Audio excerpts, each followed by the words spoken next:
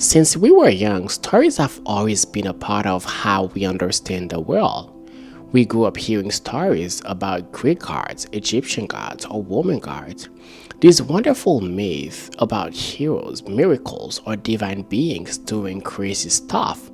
Like, for example, we all know the stories of Hercules pulling off impossible feats, or Ra traveling across the sky in his solar boat, or Zeus hurling lightning from the heavens. And we view those stories today simply as mythology. But here's where things get interesting.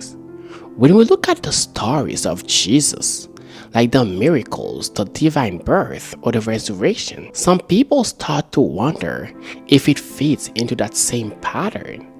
I'm not saying that it does, and I'm not saying that it doesn't.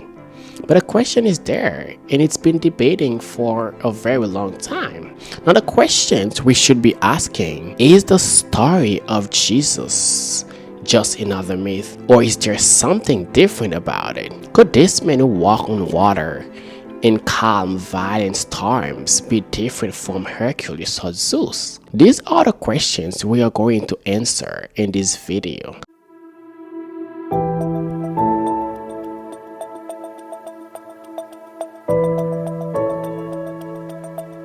So first, one big difference between Jesus and figures from ancient mythology is that Jesus is placed in a real specific time, in space, in history. Unlike ancient mythological characters like Hercules or Zeus, their stories usually happen in a vague or legendary time. But Jesus is different. He lived during the reign of Tiberius and he was executed under Pontius Pilate in the 1st century Roman Judea. These are real people and real places, which allows historians to actually investigate his life. And secondly, Jesus is mentioned by multiple sources and not just the Bible. Most mythological figures come from one tradition or one set of stories, like Zeus from Greek mythology or Cyrus from Egyptian mythology.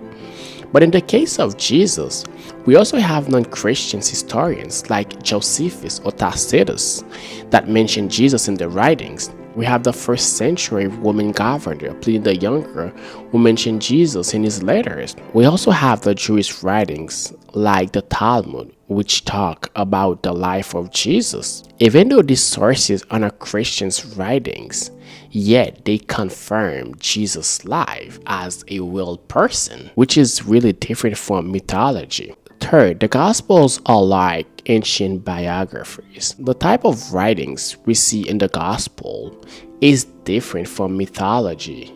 Texts like the Gospel of Mark are written more like ancient biographies. They include names, places, and sequence of events, trying to describe the life of a real person.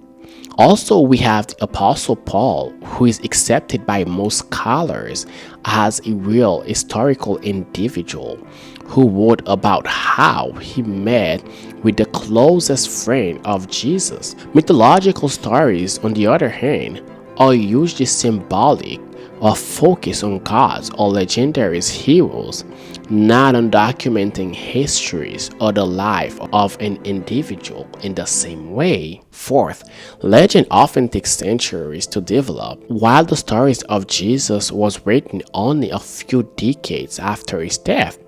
The Gospel of Mark, the earliest gospel, was written between 65 to 75 AD, about 35 to 45 years after the crucifixion.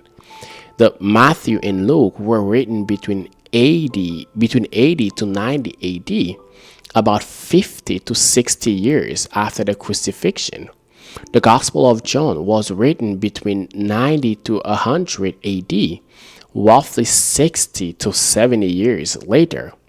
Paul's letter just 1 or 2 decades after Jesus' death. These are really close to the events of the crucifixion of Jesus. And lastly, which is number 5, the story of Jesus has a Jewish background. This is really important. Jesus came from a Jewish background. Remember, Jews believe in one specific God, which is Yahweh, and they reject ideas about any other divinity or mythology. So the idea that Jesus' stories was just copied from pagan myth doesn't really fit the historical and cultural context he came from. These are a very big difference between Jesus and figures from ancient mythology. So in conclusion, when you put all this together, this is why historians today don't see Jesus as a mythological figure, but instead, they agree that he was a real person living in history. Now the question we should be asking isn't whether if Jesus existed, but who he really was. And that's gonna be the question of our next video.